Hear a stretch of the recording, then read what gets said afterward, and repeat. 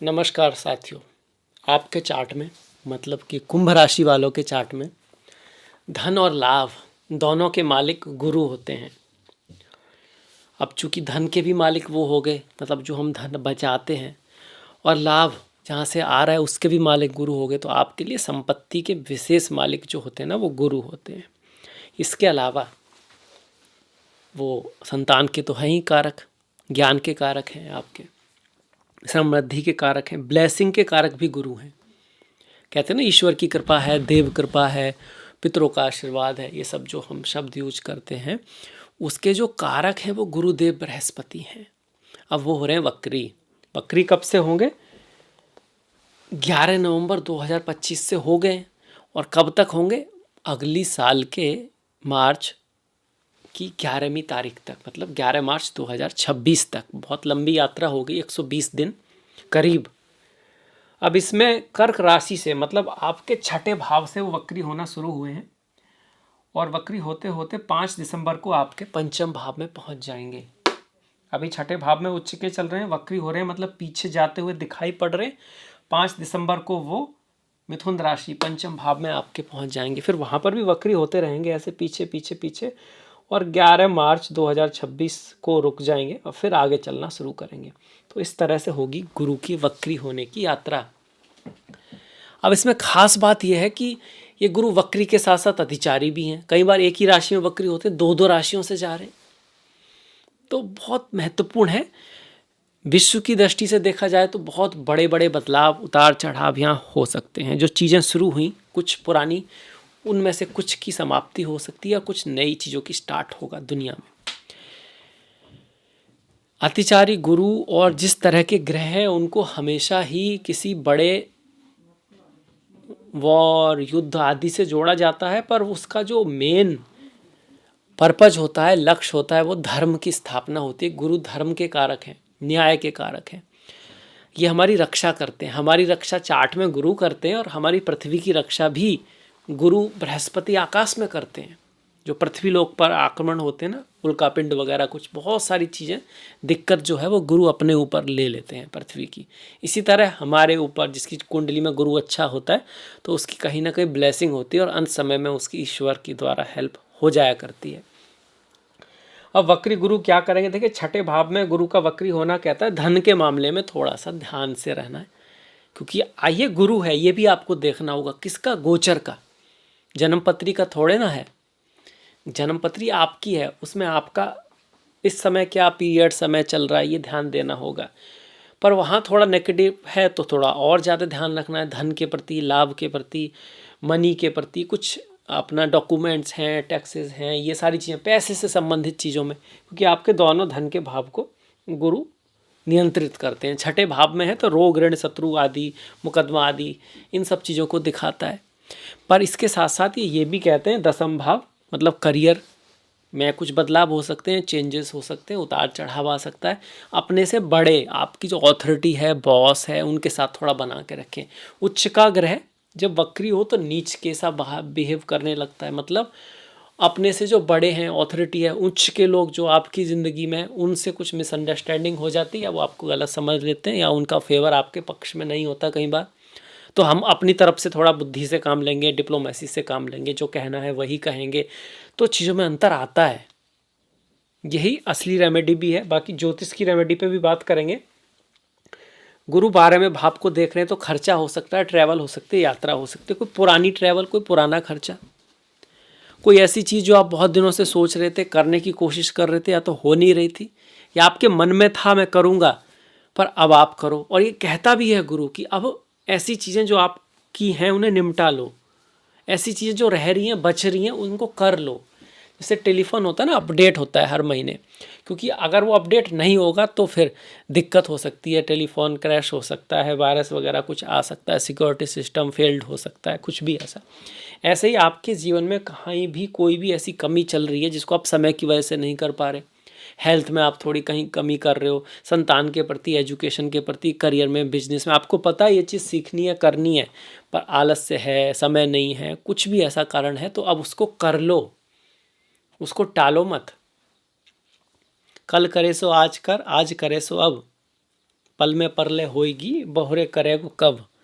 तो यही कहना चाहता है वक्री गुरु, मेनली धन के संबंध में, करियर के संबंध में, क्योंकि धन के भावों के स्वामी हैं, धन के कारक हैं और करियर के भाव को देख रहे हैं।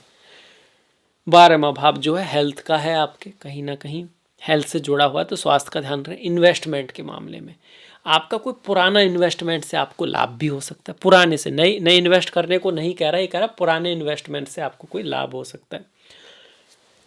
और धन के भाव को भी देख रहे हैं, अपने भाव को देखेंगे तो कुछ तो पॉजिटिव रिजल्ट देंगे। फैमिली से लाभ हो सकता है, इनहेरिटेंस वगैरह मिल सकती है, कहीं पे कोई चीज़ आपने ली थी अपने दोस्तों के साथ मिलकर, गुरु बड़े दोस्त भी होते हैं अपने से बड़े, सीनियर्स के साथ मिलकर या अपनी फैमिली वालों के साथ मिलकर, तो उसका पैसा बढ़ सकता है, उसमें कुछ सफलता आपको मिल सकती है पुरानी चीज़ों से। नई चीज़ों को नहीं कह रहा लेने के लिए, पर उसमें पॉसिबिलिटी है, क्योंकि गुरु यहाँ पर देख रहे हैं वाणी के भाव को। आपकी वाणी की वजह से, आपके बोलने की वजह से आपको कोई लाभ होने के चांसेस है। पर चूंकि ये वक्री है तो हमको ये भी ध्यान रखना है कि यहाँ पे जो लाभ होंगे उसमें थोड़ा सतत प्रयास, मेहनत, एफर्ट की आवश्यकता होगी। थोड़ा चांस लेने के बाद 1-2 बार में हो चीज़ें, इस चीज़ को भी यहाँ दिखा रहा है गुरु का वक्री होना। संतान के मामले में, प्यार के मामले में बात करें तो हम कहेंगे कि अब 6ठे भाव में जा रहा है गुरु, द्वितीय भाव में गुरु है, तो आप थोड़ा ना बातें करके, कम्युनिकेशन से अपनी बातें बताएंगे अपने प्रियतम को, प्रेमिका को, दोस्तों को, फ्रेंड्स को। ये भाव प्रेम का भाव है, पर प्रेम ऐसा ही नहीं कि सिर्फ पति पत्नी का प्रेम है या प्रेम, ये सभी तरह का, मतलब दोस्तों के साथ, फ्रेंड्स के साथ, रिश्तों में अगर आपको सुधार करना है तो थोड़ा वाणी, अपना जो पक्ष है उसको रखना होगा, दूसरे के पक्ष को भी समझना होगा, तो चीज़ें आगे बढ़ेंगी। शादी विवाह के मामले में आपको स्पाउस के ऊपर कोई खर्चा करना पड़ सकता है। व्यापार के मामले में भी कोई आपको ना, आप जिस कंपनी में काम कर रहे हैं, कोई पार्टी के साथ, आप मतलब आपकी पार्टी बिजनेस पार्टी की तरह से कह सकते हो, जैसे एक पार्टी दूसरी पार्टी, चुनाव में कई पार्टी होती हैं, 2 पक्ष होते हैं, तो उस पक्ष के ऊपर या उस पक्ष को हैंडल करने के लिए कुछ पैसा वैसा, धन वगैरह या कोई किसी भी तरह के खर्चे, सोर्सेस का खर्च हो सकता है, इस चीज़ को दिखा रहा है।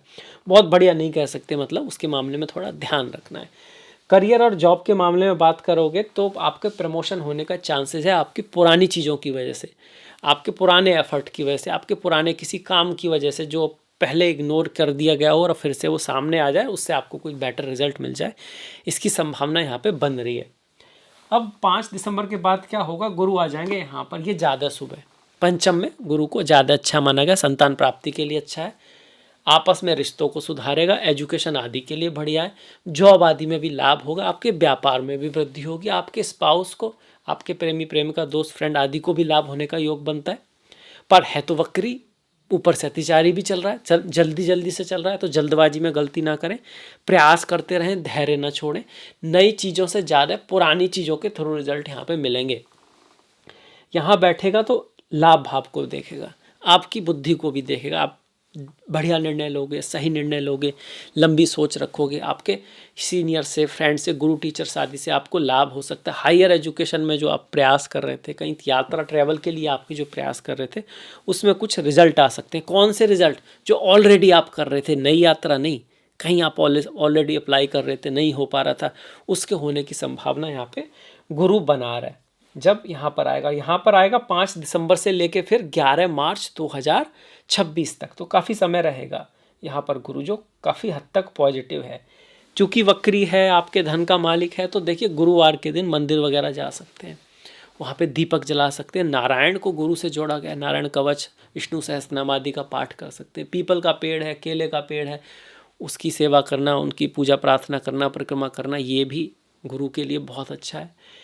पीली चीज़ें, अकेला है, चने की दाल है, पीतवस्त्र आदि जो होते हैं वो मंदिर आदि में ले जाना, ध्यान से, श्रद्धा से उसको करना, उससे भी गुरु का थोड़ा बेटर रिजल्ट लिया जा सकता है। कोशिश तो कर ही सकते हैं। कर्मण्डे वादिका रस्ते माँ फलेसु कदाचना। इसके अलावा गुरु ज्ञान है, तो ज्ञान की रेस्पेक्ट करें, बुद्धि, इंटेलिजेंट, धर्म का रेस्पेक्ट करें। संतान पक्ष जो होता है ना, संतान जो होती है, शिष्य जो होते हैं, वो भी गुरु को दिखाते हैं। गुरु तो है ही है, संतान भी है, शिष्य भी हैं।